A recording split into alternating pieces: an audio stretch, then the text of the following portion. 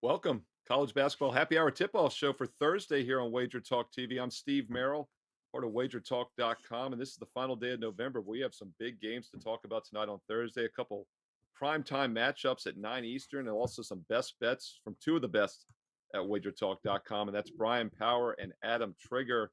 And Brian, I want to get right to your big game breakdown. This is a really interesting matchup here. First of all, Hawaii traveling to Utah, the thin air and altitude.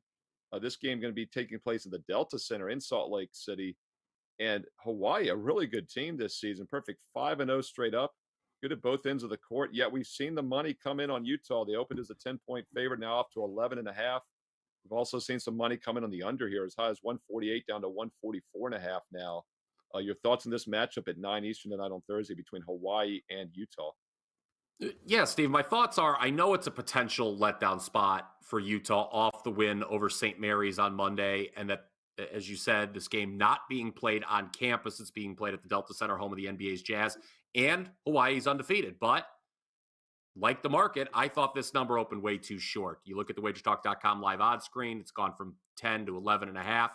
And perhaps that has something to do with the fact that Hawaii, guys, this is their third straight game on the mainland. We're talking about a program hasn't started 6-0 nearly 20 years, and they've lost 24 of their last 25 visits to Salt Lake City, whether that's been to the Huntsman Center or the Delta Center. Now, on whether or not the Utes can win here by double digits, I think they can. First off, they've been shooting the three very well, 39% so far this season. Hawaii, you look at their defensive numbers, I think they're heading for some regression when it comes to opponents shooting the three.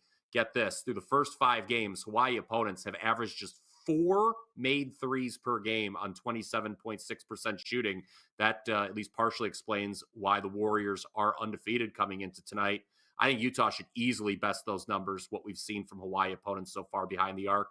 And at the same time, Utah, I think they're due for positive regression at the defensive end. Remember, last 3 games they've gone against Houston, St. John's, St. Mary's.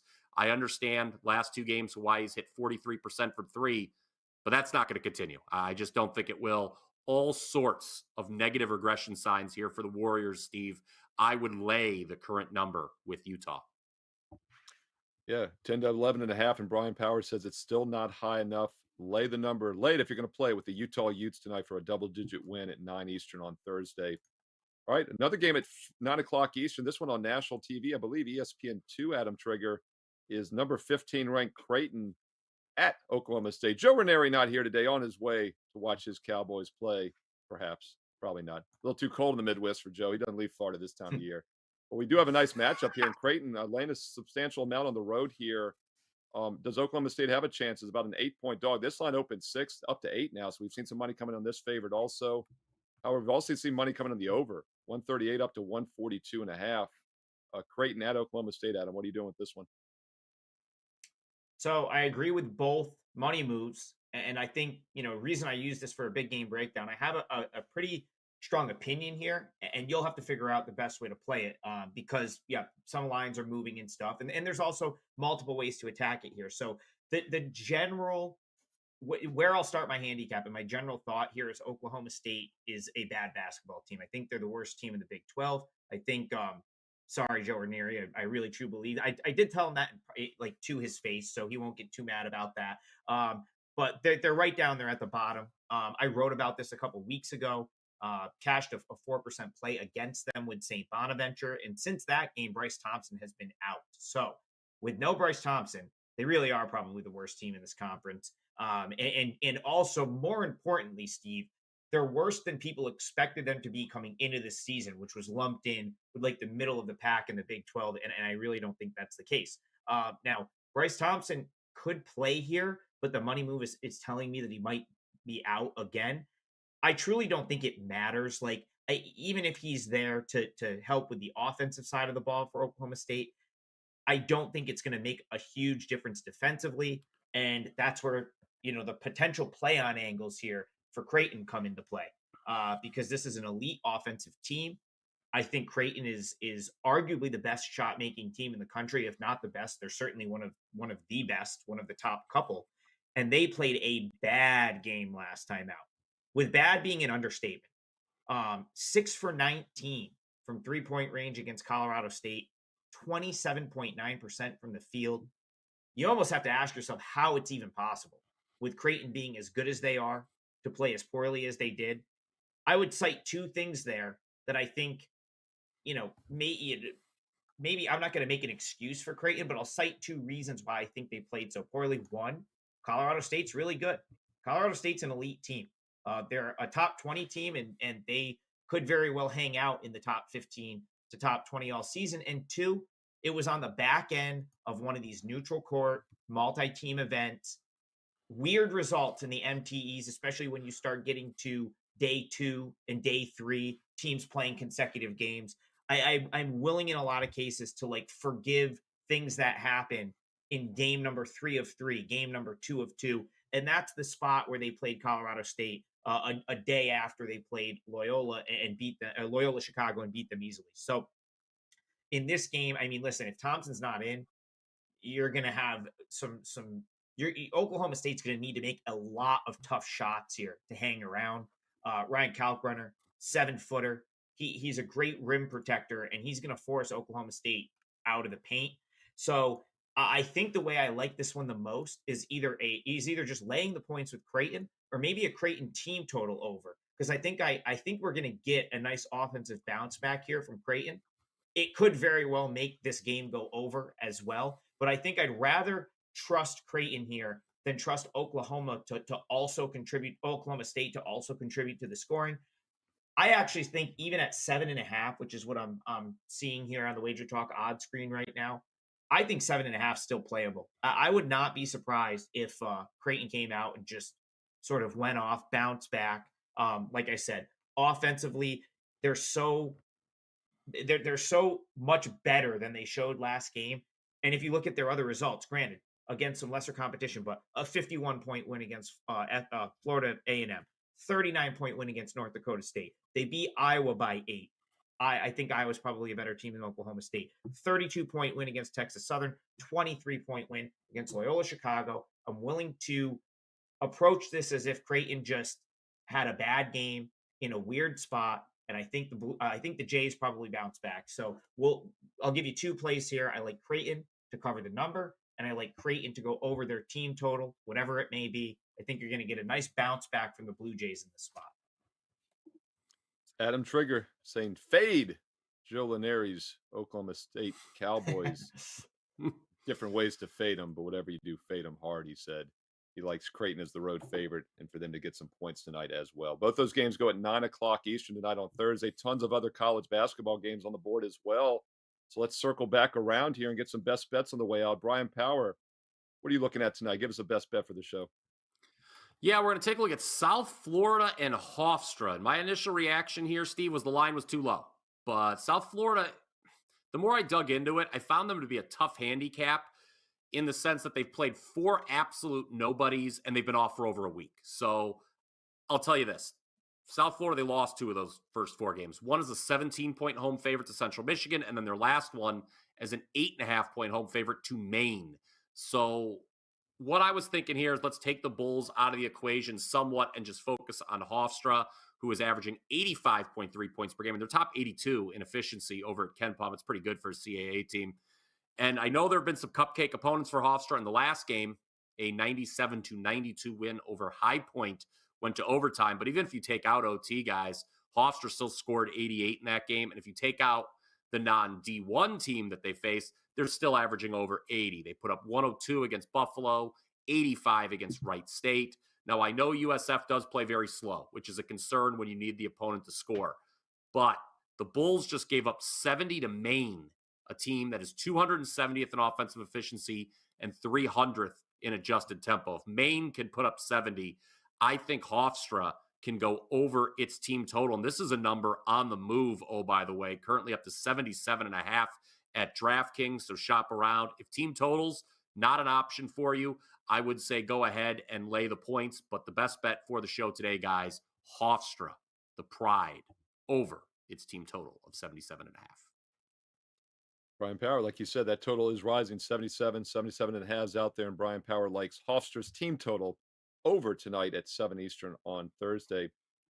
All right, Adam Trigger, let's circle back around to you here and find a best bet on the way out. You're looking at a top 20 team tonight that you think might roll in college basketball.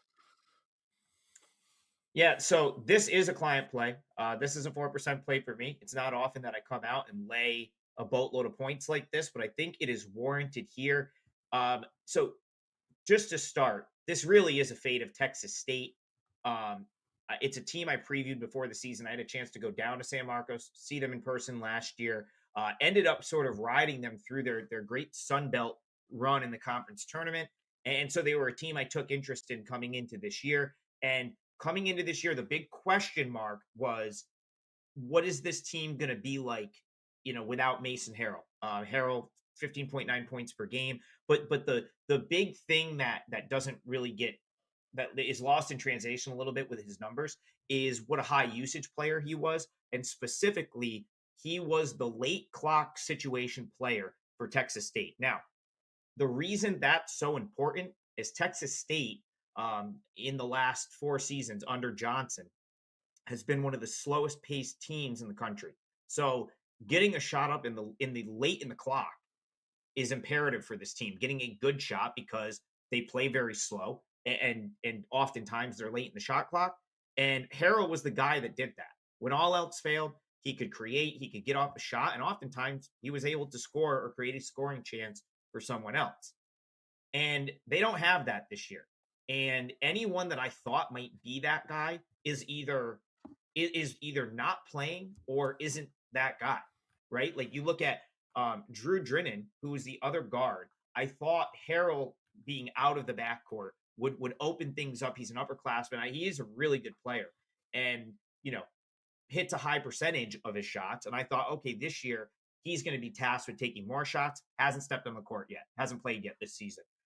Colton Benson from Army, player I really liked last year at Army. That was a good Army team. He came to Albany, New York, and absolutely torched Siena in a game last year early in the season, and got on my radar. And him transferring in, I thought he was going to be potentially the best shooter on Texas State. He hasn't stepped on the court yet. Tyrell Morgan, who is probably the best player on their roster, hasn't played since the second game of the season, and I doubt he's coming back here. Jordan Mason finally played his first game of the season. Last time out, he had a great game, went for 21 points, but that was against Texas Arlington. And, I'll need to see him do it a couple more times before I think he's just going to do that every game. They lost front court players, and the center they brought in, Chris Nix from UT Martin, is not a scorer. He does things well. He rebounds, he can defend, but he's not a scorer. He never was. And that's not what he's going to be for this team. So what that's done, Steve, is created an offense that is so dreadful that I just can't see any way they keep within 20 points of Texas. They are pretty much, right near the bottom, 59.3 points per game. It's 354th in the country. They're outside the top 300 in field goal percentage, free throw percentage, which they're not even getting the free runs. They're not even getting the easy points from the foul line. And they shoot 26.7% from 3-point range. They're outside the top 250 in rebounding. They're outside the top 300 in assists, which means they can't really play slow the way they want to play slow because they have no one to put the ball in the basket. Something Texas State's coach has commented on was trying to play faster for no reason other than to just get some offense going, speeding up the play, which is not how they want to play, just to generate some offense because they don't have anyone that can do it in the half court. And that's just not what you want to do against Texas with a team that has the athletes that Texas has, the guys that can score like Texas has, the guys that Texas has that can score at the rim. You can't play like that against them. And the one time Texas State stepped out in class and tried to play a Big 12 team like that this year, they lost 93-54 to Oklahoma. I think you're going to get a similar result here. It's just a really bad matchup for a team that can't score in Texas State. So I actually think the 19 is low. I'll call it Longhorns by 30, and I think they win this one going away. Yeah, we talk a lot about that with college football. No backdoor cover potential. And when a team can't score, it's hard for them to overcome a big deficit as a big dog. And Adam Trigger says Texas rolls tonight, the Longhorns at 9 o'clock Eastern, lay the 19. All right, also have a GoldSheet play of the day. And don't forget to check out goldsheet.com for fantastic content, free plays, and information all the time. And they like Hofstra here. This is a Hofstra team that's been popular in the show. Brian Power gave you out a team total The betting markets like Hofstra as well. They opened 4 up to 5.5. Hofstra team that's now won 3 straight. Coming off the neutral site wins, but they've been off for a full 7 days. Back at home here for only the second time in about a month, and they're taking on a South Florida team that's lost 2 of their last 3 and is traveling, I believe, for the first time all season. South Florida's only played 4 games this year, guys. They've all been at home, and now they're taking to the road. They've also gone under, by the way, in all 4 of their games. So once again, that's why Brian said, look at Hofstra's team total over, not the full game. And the GoldSheet likes Hofstra as well, minus the 5.5. That tips off at 7 o'clock Eastern. And once again, don't forget to check out goldsheet.com. They're also on wagertalk.com for great content every day. Right on the way out, I'm going to give out a free play as well. Tonight on Thursday, I've got one best bet. It's in the NBA. I'm passing the college hoops. I'm going to give you a top opinion of the game that was just a bit outside here in a moment for free. But quick reminder, this is a great time to be playing the NBA. Going back to January 1st, this calendar year, I am number 1 NBA sides and totals combined. Nobody has won more units in the NBA. I'm up 35 net games this calendar year, and we added to it last night with a perfect 2-0 NBA sweep. I've got a best bet tonight in the late game between the Clippers and Warriors on my page right now. I'll also be back at 4:15 Eastern to do the NBA show today, so check that out here on Wager Talk TV. But let's look at a free college basketball play on the ugly card. I mean the extra card, the very bottom of the board.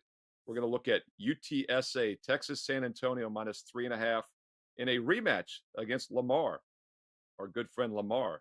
Look, these teams played just a few weeks ago, mid-November, and Lamar won that game at home by 8 as basically a pick on price. But as is often the case, 3-point shooting variance made the difference. Lamar was +9 from beyond the arc. They won by only 8. I think Texas San Antonio matches up well here for a couple reasons. First of all, Lamar just played a 3-game tournament in Longwood, my neck of the woods here, Longwood, Virginia, and they're coming back just 3 days rest and travel and having to play on the road again. In fact, they haven't been at home since that game against UTSA a few weeks ago. 5th straight road game, 4th in over a week. Meanwhile, Texas San Antonio has been home for over a couple weeks, well rested with the revenge motive. Both teams play extremely fast, and Texas San Antonio needs to play that way because they don't shoot well. I think Texas San Antonio matches up well at home. They get their revenge. Look at the minus 3.5 on the extra board tonight with UTSA Roadrunners at 9 o'clock Eastern. All right, those are the big game breakdowns, some best bets for the show as well. And don't forget, Brian Power, Adam Trigger, myself, Steve Merrill, all of our official best bets for our clients are available every day, along with daily free plays at wagertalk.com. Be sure to give the video, this show, a thumbs up, a like, and check out the videos. Adam, Brian, and myself did a ton of solo videos for college and pro basketball during the week.